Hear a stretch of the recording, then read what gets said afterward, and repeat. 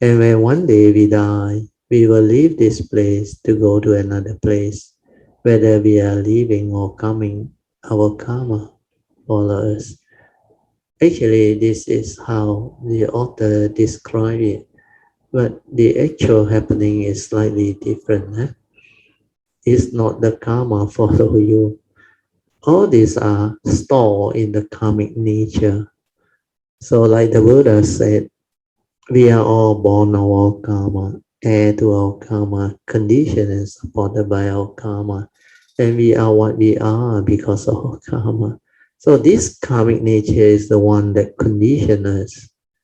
We are born of it, heir to it, conditioned and supported by it, and we are what we are because of it. So this karmic nature is the one that is responsible for the continuous birth and death. That's why every life when you come, you either need one ignorant thought from the last birth to condition the rebirth consciousness. Then the form and mind can come into existence. So this karmic nature, based on your karmic conditioning, they will arise the new five aggregates of form and mind. So it's not like what the author mentioned. What the author mentioned is like this consciousness after you die, it leaves, then it take another body. No, it's not like that. Because like the Buddha in his teaching, everything is dependent on originating condition arising. So the last thought moment will condition the next rebirth consciousness. Then that one go and take birth. But your karmic nature is somewhere else.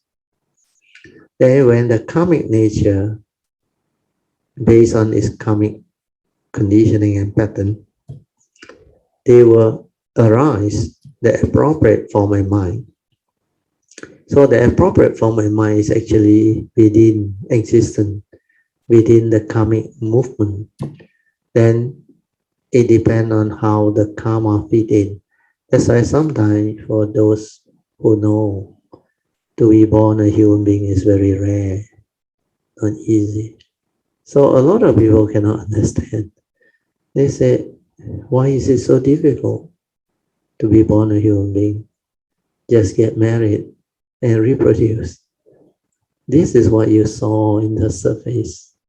But when you look at birth and death, you look at the whole universe creation, the number of non-humans that exist in this universe are so much more than the so-called human race. Actually, human race are very rare species, very, very rare. That's the reason why Sakyamuni Buddha gave an analogy. He said, 人生难得，佛法难闻. Means the human body is difficult to come by. The Buddha Dhamma is even more difficult to come by. Then he gave an analogy of a turtle egg. He said, take for example, there's a turtle egg with an opening slightly bigger than the turtle's head, floating in the ocean. Then every 100 years, the surface, the turtle which is blind, the blind turtle, surface from the ocean every 100 years once. So he said, the probability of gaining a human birth is like as long as the probability of the blind turtle able to protrude his head and fit exactly into the turtle eggshell with the opening. You will know how rare it is, how difficult it is. He is talking about numbers. So to be born a human is very rare indeed, and we must cherish it. We must actually understand that this is something very rare. And to be born during the Buddha Sasana, which is like now the golden window, to meet out with the Dhamma is even more rare. So do strive on with heedfulness. Do not delay. Do not waste your golden window. Yeah. So this is something that you all have to bear in mind. Yeah? For those who still haven't seriously reflect on it, contemplate and aspire, you better do so. Karma don't follow you. There is a karmic nature that does all this. So it's not like something you can bring along or carry along. Even your merits don't follow you, but they are recorded in nature's law, in our spiritual nature, our karmic nature. So when there is condition for its arising, they will arise. That's why it's yin and fa. Then as far as the consciousness that take rebirth is concerned, is not the same consciousness. The consciousness that die, there is a last thought moment. That last thought moment will end in condition rebirth consciousness. That one straight away take birth. But the realm of consciousness that is inside the physical form, that one is different. That one will come out.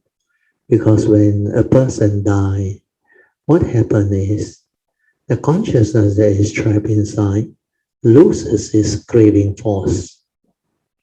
When it loses its craving force, because there is no more life force, there is no more energy to hold this consciousness to the body, the physical body.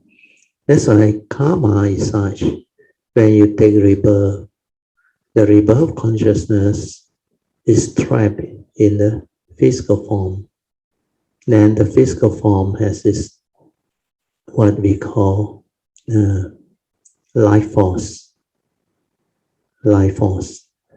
So this life force comes from our karmic nature. They will pump the heart. They will trigger life. So this life force is the one that sustains life, pumps the oxygen to nourish and all. But initially, as a fetus, of course, when they take conception in the mother's womb is different, because that time the mother through the umbilical cord gave the nourishment and all those things. Until you are ready to receive consciousness, then the rebirth consciousness come in. That's how you get conceived. Then the form and mind will grow. The cells will subdivide and all those things. Then until birth. Yeah. So all this, it will happen. Yeah.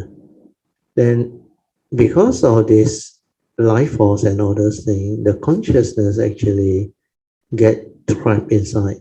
Then the karmic conditioning and the karmic nature, it will create the craving force, which is part of your karma. So this craving force will bind you to the form and mind. That's why you will be trapped inside there, experiencing all the karmic thing, good or bad. Then until when death comes, where the consciousness has to separate because the craving force ceases. I know about this because when I was young, I actually died. Then I saw during that process how my craving force ceased. Then how my consciousness was released out. Actually, I supposed to die. After that, I cannot go back into my body. But somehow not meant to be. I managed to give it a push or a movement. Then I went in. Then I realized I take control of my body. Then after that, I know what consciousness is, what craving force is.